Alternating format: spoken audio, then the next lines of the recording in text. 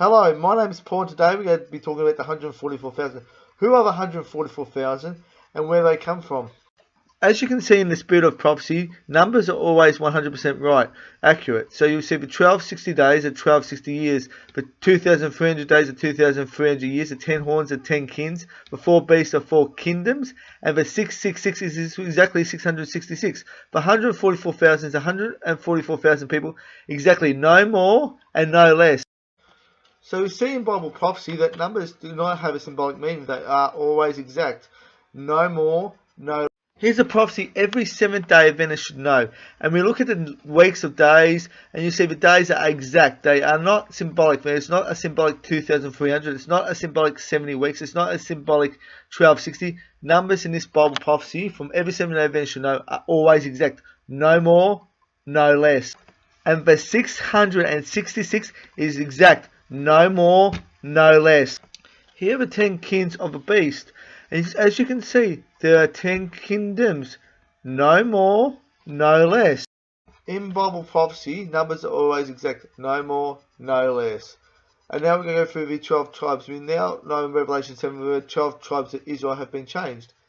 When you know the story when Jacob crossed his arms and put his right hand on Joseph's youngest son Ephraim, Jacob wasn't doing anything bad to Manasseh. All he was doing is he was taking the 12,000 from Dan and giving his proportion to Joseph, and Joseph got a double portion. That's why in Revelation 7 we see that Joseph gets a double portion. Both his sons get 12,000 of 144,000. But you got to understand, there are 144,000, no more, no less. The Seventh-day Adventist Church always claim to be the 144,000. So do the Jehovah's Witnesses actually, and many other groups. But the problem with the Seventh-day Adventist Church, they don't know who Judah is, who's Benjamin, who's Issachar, who's Gad, who's Reuben. They don't know. They've got no idea. They just claim, the 144,000 is not symbolic. It's a literal number. So is the 12,000. These are the new priests at the end of time. And I'm going to show you quickly here what's going to happen. I believe Dan was the leader of Jacob's 12 sons who wanted to kill Joseph. And we know Judah saved Joseph, but turned him into a slave instead. But we see here in Genesis the 12 sons of Jacob. In Genesis, we see the 12 tribes of Jacob, or Jacob's 12 sons, in order from oldest to youngest. But in Numbers, we see a little bit different. We see Levites missing because Levi didn't get any land. Remember, Levi got the priesthood because I believe Simon was the instigator of Levi killing an innocent man. In Revelation, we see Dan missed out on 144,000 and Joseph got a double portion. This tells me that Dan was actually the leader of the children of Jacob who wanted to kill Joseph. I reckon it was Dan was the ringleader of that event. So the 144,000 in Revelation 7 is 144,000, no more, no less. Do you read on in Revelation chapter 7, you'll see that a great multitude follows 144,000 of every tribe, tongue, nation and people. That great multitude is the Gentiles. But the 144,000 is 144,000. 12,000 from Judah, no more, no less. I'm going to show you right here who Judah is and who Benjamin is, roughly. Here is roughly the 12 tribes of Israel today. Although not all Negroes are Hebrew Israelites, although some of the Negroes in America may be from other tribes, but for the most part, Judah is the Negroes in America.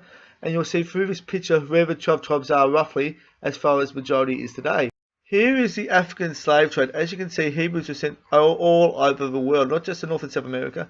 There's many Hebrews all over the world, and many are still in Africa. In fact, the Ark of the Covenant is still in Africa, and the son of Aaron is still guards the Ark of the Covenant today. Actually, he lives in Ethiopia, guarding the Ark of the Covenant even till this day. And here is a little example. Not all Negroes are Hebrew Israelites. Some are Gentiles, and that's why they're not the tribe of Judah fully today. And we've got some white people are Hebrews, but not many of them, due to 3,000 years of intermarriage. 2% of the white Jews converted the whole white Jews to Judaism, so 2% of the white Jews are Hebrew Israelites, and there's many Hebrews still in Africa, and even Asia till this day. So I hope I cleared up to you today. But this message is primarily to the 12 tribes of Israel in the Seventh-day Adventist Church. This is not for the Edomites so much, although some of the Edomites may be Hebrew, and that's something God can tell you if you're Hebrew. Not all Negroes are Hebrew Israelites either. But primarily this message is to the 12 tribes of Israel today. Mainly in North and South America and all over the world. This message comes from the east, as Revelation 7 says, and shines to the west, which is America. Where, if you read Matthew 24, 27 to 28, you'll see that this message comes from the east and shines to the west, where eagles' carcasses lay together. So this is to America mainly.